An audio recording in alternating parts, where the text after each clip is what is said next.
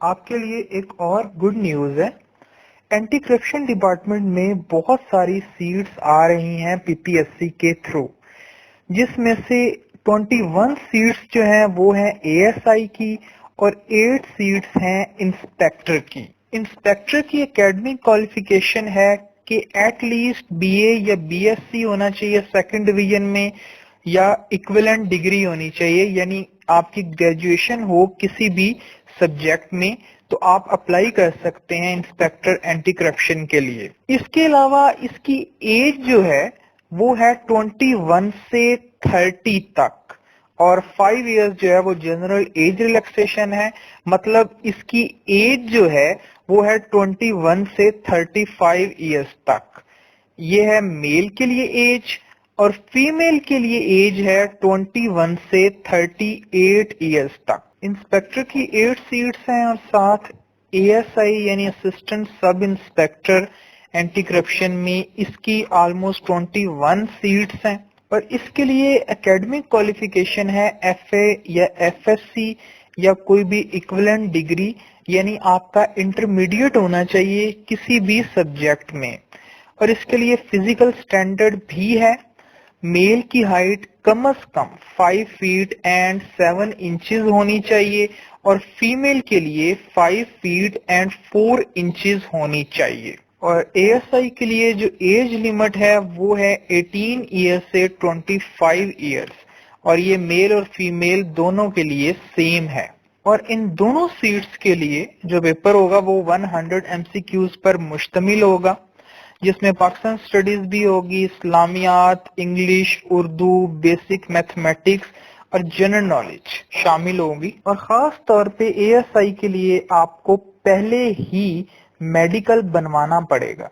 इस पे कुछ स्टूडेंट्स सोचते हैं कि हम इंटरव्यू के टाइम मेडिकल बनवा लेंगे, तो ये बिल्कुल गलत है। पीपीएससी उस मेडिकल को एक्सेप्ट बिल्कुल नहीं करता जो बाद की डेट्स में बनाओ, यानी जब अप्लाइंग डेट्स क्लोज हो जाए उसके बाद जो मेडिकल बनवाया जाए उसको पीपीएससी एक्सेप्ट नहीं करता। पर आजकल जैसे कोरोना की सिचुएशन है, इसलिए हो सकता है कि पीपीएससी मेडिकल के लिए भी कोई रिलैक्सेशन दे दे। और हिम्मत करें आप, मेहनत जो है वो जारी रखें, क्योंकि आगे बहुत ज्यादा सीट्स आ रही हैं। आप जानते हैं एफआईए में सीट्स आ रही हैं, ये एंटी करप्शन में आ रही हैं, और डिफरेंट डिपार्टमेंट्स में असिस्टेंट की सीट्स भी आती रहती हैं।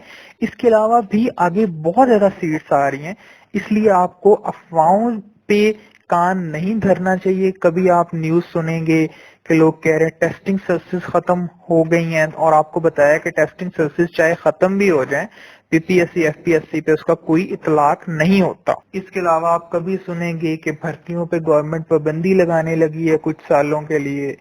पहले भी बहुत दफा जॉब्स पे, भर्तियों पे पाबंदी लगी है, पर पीपीएससी और एफपीएससी पे इसका किसी किस्म का इतलाक नहीं होता। हमेशा पीपीएससी और एफपीएससी के थ्रू सीट्स आती ही रही हैं और आगे भी आती रहेंगी, इसलिए किसी किस्म की मायूसी का आपको शिकार नहीं होना चाहिए। हिम्मत करें और मेहनत जितनी कर सकते हैं आप मेहनत करते रहें। कंपटीशन एग्जाम में कामयाबी के लिए डटे रहना बहुत ज्यादा जरूरी है। कई लोग बहुत ज्यादा टैलेंटेड थे, उनमें इतनी कैपेबिलिटी थी कि वो इजीली कंपटीशन एग्जाम को क्रैक कर सकते थे और जॉब हासिल कर सकते थे, बट उन्होंने हिम्मत हार दी। और कई लोग इतने कॉम्पिटेंट भी नहीं थे, पर वो डटे रहे, उन्होंने मेहनत जारी रखी और वो कामयाब हो गए। और कामयाबी के लिए एक और चीज बहुत जरूरी है, और वो है यकीन।